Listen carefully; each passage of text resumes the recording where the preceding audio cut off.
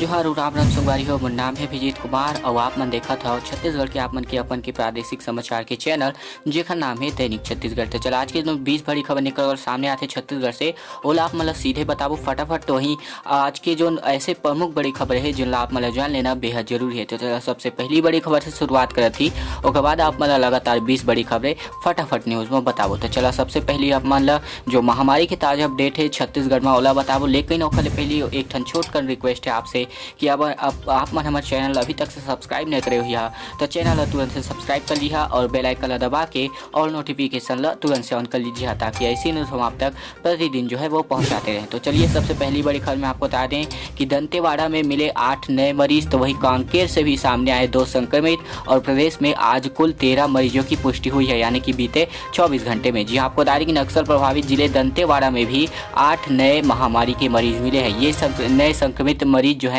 बचेली इलाके से मिले हैं, जबकि जिला कलेक्टर दीपक सोनी ने इसकी पुष्टि की है। वहीं कांकेर जिले में भी 2 नए महामारी के मरीज सामने आए हैं। बता दें कि इससे पहले अंबिकापुर में भी 3 नए मरीज सामने आए थे। इनमें से 2 मासूम बच्चे भी शामिल थे जिनकी मां पहले कोरोना पॉजिटिव पाई गई थी। ये लोग पेड क्वारंटीन में रह रहे थे।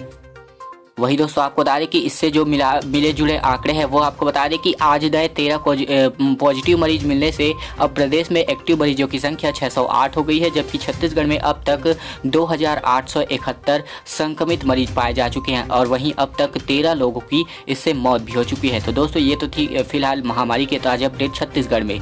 तो वही एक और अगली बड़ी खबर मैं आपको बता दें, इससे पहले चैनल पर नए हैं तो चैनल को सब्सक्राइब कर लीजिए, साथ ही साथ बेल आइकन को जरूर दबा लीजिए और नोटिफिकेशन जरूर दबा लीजिए।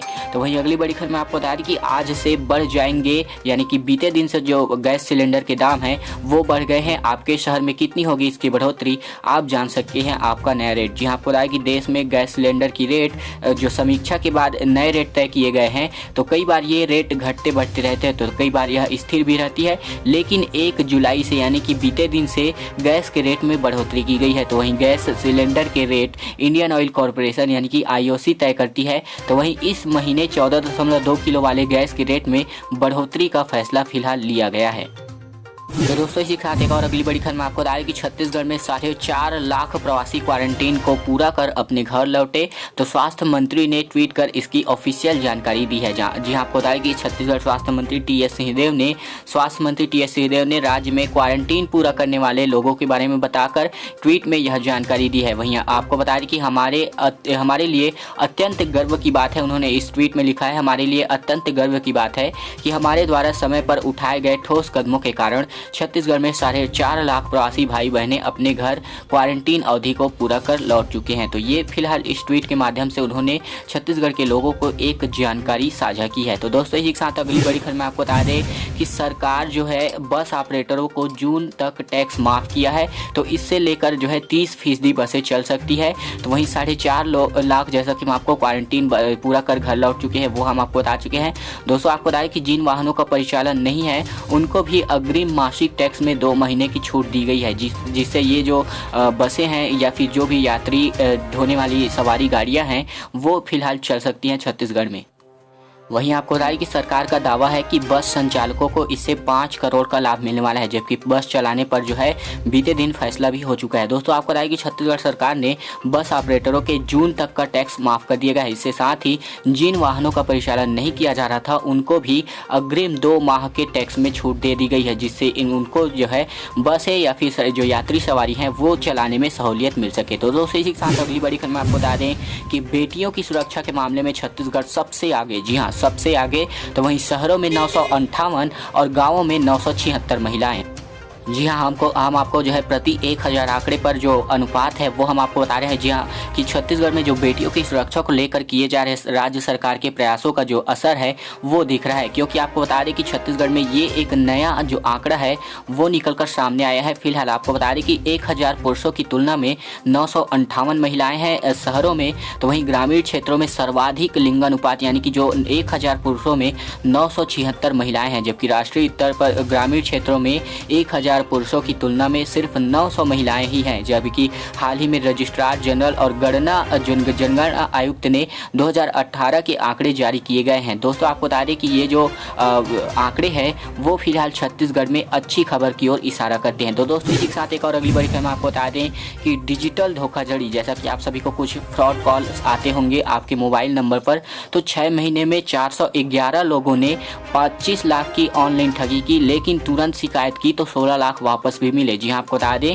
कि राजधानी रायपुर से की बात कर रहे हैं, जहां पर सिर्फ पिछले 6 महीने में 411 लोग ऑनलाइन जालसाजी के शिकार हुए हैं, जबकि अलग अलग तरीके से झांसा देकर उनके खाते से करीब 25,56,000 रुपए सेंधमारी करके उड़ा दिए गए। जबकि पुलिस ने भी शिकायत मिलने के बाद तत्परता दिखाई और बैंक से खाता ब्लॉक कराकर संबंधित बैंक ई वॉलेट कंपनी को मेल किया और 70% लोगों का पैसा लौटा दिया, जो एक अच्छी खबर के रूप में निकलकर सामने आई है। तो अगर आपके साथ भी ऐसा कभी होता है या फिर गलती से हो जाता है तो आप तुरंत से इसकी शिकायत अपने नज़दीकी पुलिस थाने में जरूर कीजिए। इससे जो है उनको भी मदद मिलेगी और आपको भी हो सकता है आपका पैसा वापस आ जाए। तो दोस्तों इसी के साथ एक और इसी के लिए वीडियो को एक लाइक जरूर कीजिएगा, साथ ही साथ चैनल पर नए हैं तो चैनल को सब्सक्राइब कर लीजिए, बेल आइकन दबाइए और ऑल नोटिफिकेशन को जरूर से ऑन कर लीजिए।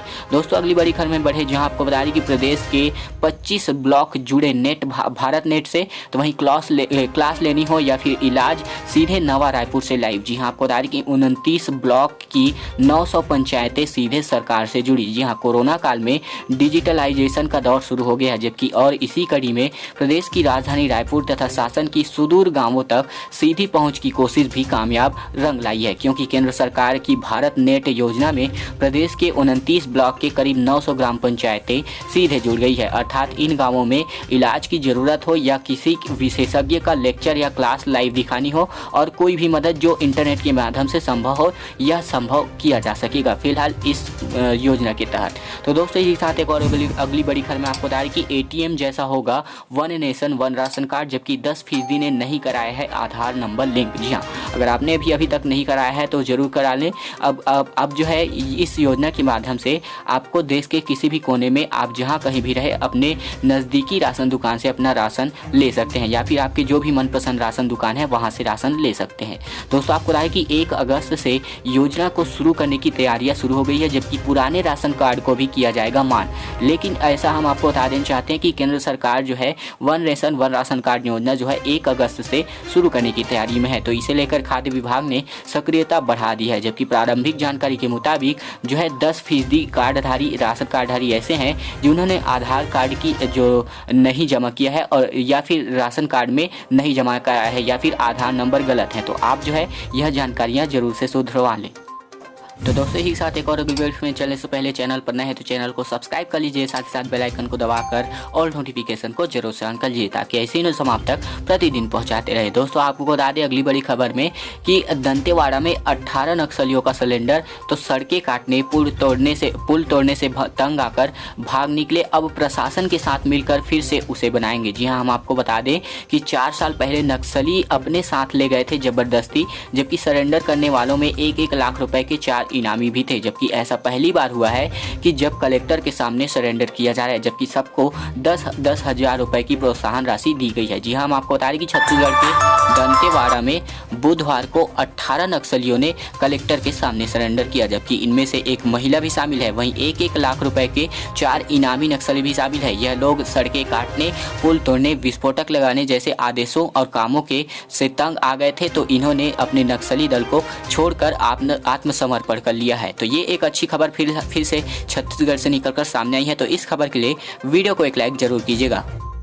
तो वहीं दोस्तों इसी के साथ एक और अगली बड़ी खबर में चले, जहां आपको बता दें कि राजनांदगांव में जवानों की नक्सलियों से मुठभेड़ का मामला सामने आया है, जहां पर फायरिंग के बाद जंगल में भागे हैं नक्सली। जी आपको बताया कि राजनांदगांव में मंगलवार देर रात तक नक्सलियों और सुरक्षा बलों के बीच है मुठभेड़ हो गई है, जबकि जवाबी कार्यवाही में जवानों को भारी पड़ता देख नक्सली जंगल में भाग गए। अब जबकि सर्चिंग के दौरान जवानों ने नक्सलियों के छोड़े, पिट्ठू सहित अन्य सामान बरामद किए हैं। जी हाँ, चौकी क्षेत्र में कटे कटेंगा गांव के पास की यह मामला सामने आया है, जहां पर घात लगाए नक्सलियों ने जवानों पर हमला किया है, जबकि आईटीबीपी और डीएएफ के जवान सूचना पर निकले थे, जबकि सर्चिंग में पिट्ठू सहित अन्य सामान भी बरामद किए गए हैं। आपको बता दें कि यह मामला मंगलवार देर रात का है, जहां पर ये जो जुलाई 1 की जो न्यूज़ है वो निकलकर सामने आई है। तो दोस्तों, इसी के साथ एक और बड़ी खबर में आपको बता रही कि बेरोजगारी को लेकर भाजपा का प्रदर्शन, कहा सीएम का पुतला फूका। जी हां, आपको बता रही कि रायपुर स्थित मुख्यमंत्री आवास के सामने सोमवार को बेरोजगार युवक ने आत्मदाह की कोशिश की थी। इसके बाद से मंगलवार को बेरोजगारी के मुद्दे को लेकर भाजपाइयों ने मंगलवार को भाजपा कार्यालय के सामने प्रदर्शन किया, जहाँ पर सीएम का पुतला भी फूका गया और इस दौरान पुलिस के जवान सीएम का पुतला छीनकर प्रदर्शन रोकने की कोशिश करते दिखे, लेकिन जो युवा मोर्चा कार्यकर्ता ने पुतला फूकने में कामयाब रहे। साथ ही साथ इसके बाद राज्यपाल के नाम से कलेक्टर को भी ज्ञापन सौंपा गया है।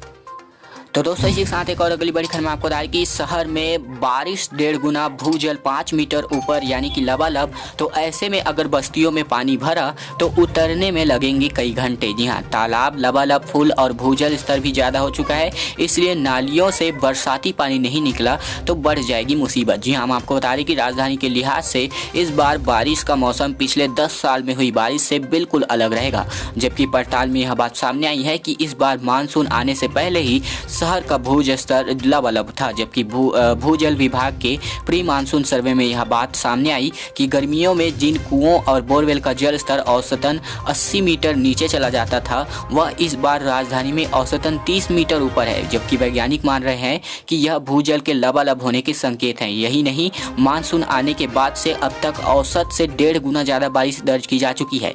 तो ये एक खतरे की स्थिति भी बनी हुई है, लेकिन अच्छी खबर भी बनी हुई है कि भूजल स्तर जो है लबालब है। दोस्तों, इसके साथ एक और अगली बड़ी खबर आपको बता दें, जहां पर यह खबर निकल कर सामने आई है कि प्राइवेट अस्पताल में अगर कोरोना संक्रमण के मामले बढ़े तो किया जाएगा सील, जबकि कलेक्टर ने भी इसके लिए चेतावनी जारी की है। जी हां, आपको बता दें कि कलेक्टर डॉक्टर सर्वेश्वर नरेंद्र भूरे ने IMA के पदाधिकारियों और निजी हॉस्पिटल के प्रबंधकों की बैठक ली थी, जिसमें यह बात सामने आई है और कहा गया है कि अगर प्राइवेट हॉस्पिटल की जो ऑडिट है वो की जाएगी, साथ ही साथ PPE किट के इस्तेमाल और अन्य ज़रूरी सावधानियों की मॉनिटरिंग भी इसके द्वारा की जाएगी। यानी कि अब जो है अगर केसेस बढ़ते हैं प्राइवेट अस्पताल में तो वहाँ कुछ गड़बड़ हो सकते हैं। दोस्तों, इसी के साथ एक और अगली बड़ी खबर मैं आपको बता दें, जहाँ पर अलर्ट जारी किया गया है कि भालू के बाद अब मैदानी क्षेत्र में तेंदुआ के आने की संभावना जताई गई है। वन विभाग ने एडवाइजरी जारी की गई है बाकायदा इसके लिए। जी हाँ, हम आपको बता दें कि मैदानी क्षेत्र भी तेंदुओं के लिए अनुकूल है, जबकि विभाग ने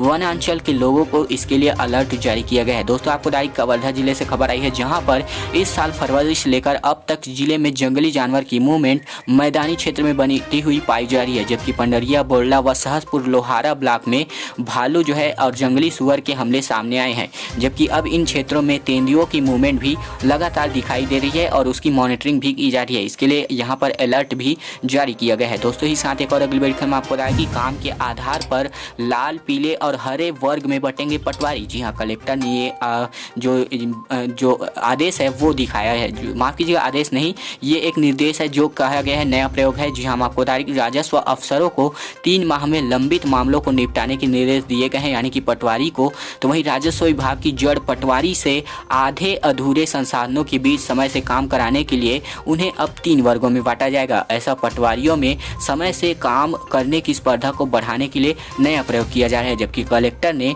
मंगलवार को राजस्व अफसरों की बैठक में यह निर्देश दिए कि पटवारियों को काम करने के तरीके के आधार पर 3 वर्गों में बांटा जाएगा। यह 3 वर्ग हरा, पीला व लाल रंग के होंगे। तो दोस्तों, आज की खबर का सिलसिला यहीं तक का था। उम्मीद है आपको वीडियो पसंद आया होगा।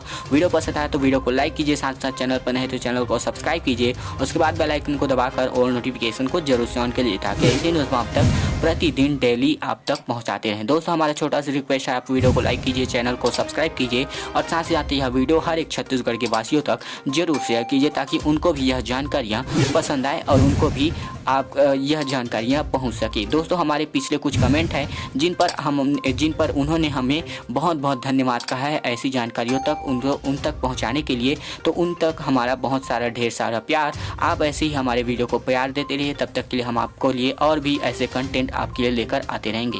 वीडियो देखने का आपका बहुत बहुत धन्यवाद। नमस्कार।